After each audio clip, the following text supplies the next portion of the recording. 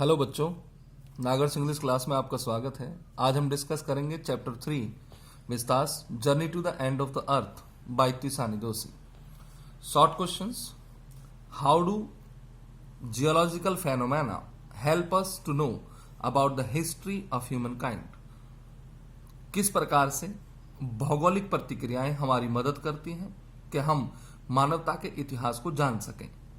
A study of geological phenomena, भौगर्भिक प्रतिक्रियाओं का अध्ययन, कैन गिव अस, हमें दे सकता है, द क्लू, एक सबूत, as to where we have come, कि हम कहां से आए हैं, and where we could possibly be heading, और हम किस तरफ अग्रसर हैं। This is possible by studying Cordilleran folds. यह संभव हो सका है जब हमने परतों का अध्ययन किया है, कॉर्डेलियन फोल्ड्स का अध्ययन किया है, and precambrian granite shield, और ग्रेनाइट सील्ड्स का अध्ययन किया है। What are the indications for the future of humankind? किस प्रकार के इंडिकेशन हमें प्राप्त हो रहे हैं, किस प्रकार की वार्निंग हमें प्राप्त हो रही हैं मनुष्य के भविष्य के लिए। Man has made a lot of progress, मनुष्य ने बहुत विकास किया है, but this progress had an adverse side also, परंतु इस विकास के कुछ दुष्पहलू भी हैं, दुष्परिणाम के पहलू भी हैं। Pollution has increased many time, प्रदूषण बहुत ज्यादा बढ़ चुका है। The ozone layer is depleting, ozone जो परत है वो क्षय रही है या वो नष्ट हो रही है। Therefore the indications for the future of mankind are bleak, कि जो हमें फ्यूचर नजर आ रहा है मनुष्य का वो अंधकार में है। What are Geoff Green's reasons for including high school students in the Students on Ice expedition? Geoff green का क्या कारण था कि उसने स्टूडेंट ऑन आइस एक्सपेडिशन नामक कार्यक्रम में हाई स्कूल के बच्चों को शामिल किया। The programme named students on ice, कार्यक्रम जिसका नाम स्टूडेंट्स ऑन आइस रखा गया, एम्स एट, उसका उद्देश्य है स्टडिंग एंड एग्जामिनिंग, अध्ययन करना और निरीक्षण करना, the earth's past present and future, पृथ्वी का भूतकाल, वर्तमान काल और भविष्य काल। This programme is headed by Geoff Green, और इस कार्यक्रम का निर्देशन जियोफ ग्रीन ने किया। He includes high school students, उसने शामिल किया हाई स्कूल स्टूडेंट्स को इन दिस प्रोग्राम, इस कार्यक्रम में, because it will provide them, क्योंकि यह उन्हें प्रदान करेगा विद इंस्पायरिंग एजुकेशनल अपॉर्चुनिटीज, प्रेरणादायक शैक्षणिक अवसर। How did the writer feel when she first set foot on Antarctic continent? लेखिका ने कैसा महसूस किया जब उसने सर्वप्रथम अंटार्कटिक महाद्वीप पर अपने पैर रखे या वहां वह पहुंची। When she reached Antarctica, जब वह अंटार्कटिका पहुंची, she was filled with wonder, वह आश्चर्य में भर गई, at its immensity, देखकर उसका विस्तार, and its isolation, और उसकी शांति। She also wondered at the facts, वह सोचने लगी उन सच्चाइयों के बारे में, उन तथ्यों के बारे में, that there was a time, कि कभी ऐसा समय था, व्हेन इंडिया एंड अंटार्कटिका, जब इंडिया और Antarctica were part of the same land mass, एक ही भूखंड के हिस्से हुआ करते थे।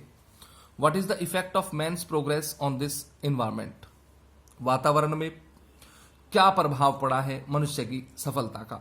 Human civilisation has been on this earth just for 12,000 years, मानव सभ्यता लगभग 12,000 साल पहले ही इस पृथ्वी पर आई है।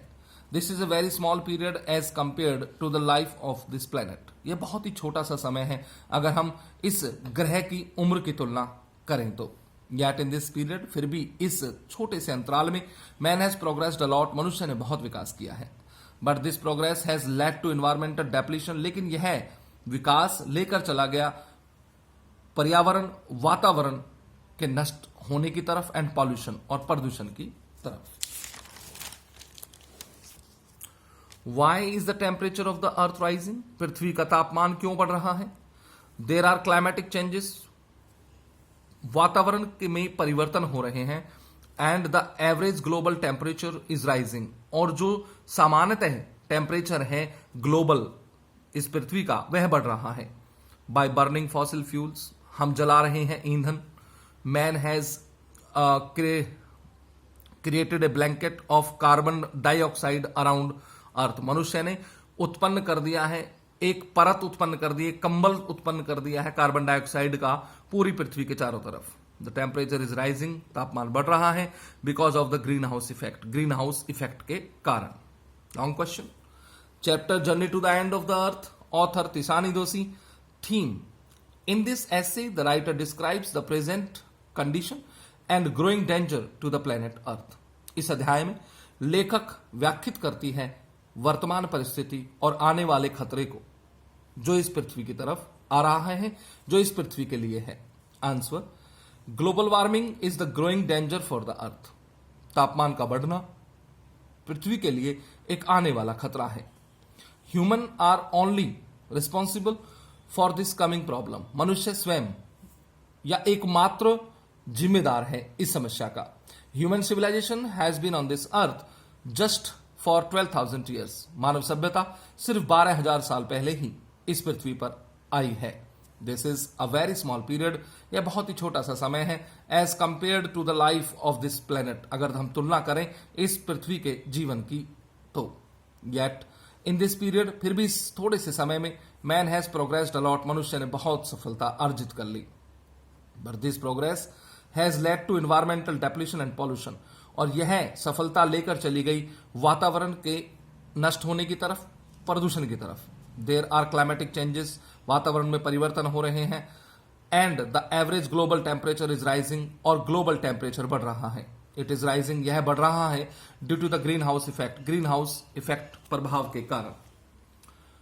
इन दिस चैप्टर, इस अध्याय में the writer describes the journey to Antarctica. लेखिका वर्णन करती है अंटार्कटिका भ्रमण का।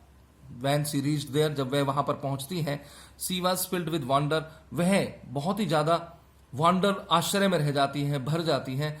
एट इट्स इमेंसिटी, देखकर उसका विस्तार, एंड आइसोलेशन, और उसकी शांति। सी ऑल्सो वंडर्ड, उस वह यह भी सोचती है एट द फैक्ट, सच्चाई के बारे में, that there was a time, के ऐसा समय था when India and Antarctica were part of the same landmass, कि जब भारत और अंटार्कटिका एक ही भूखंड के भाग हुआ करते थे।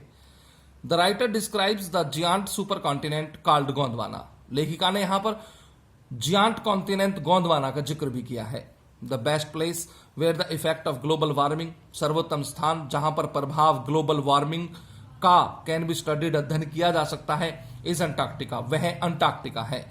It has a simple ecosystem and biodiversity, क्योंकि यहां पर बहुत ही साधारण पारिस्थितिक प्रणाली है, यहां पर बहुत ही आसानी से हम समझ सकते हैं, क्योंकि यहां बायोडाइवर्सिटी बहुत कम है। There are very ancient carbon records, यहां पर कार्बन के बहुत ही प्राचीन रिकॉर्ड्स आपको मिल सकते हैं। In the course of its ice, इसकी बर्फ में दबी हुई जो कोर्स हैं, जो परतें हैं। इसलिए one can study the past, present and future of this earth at Antarctica. कोई भी व्यक्ति अध्ययन कर सकता है पृथ्वी का भूतकाल, वर्तमान काल और भविष्य सिर्फ अंटार्कटिका में। धन्यवाद।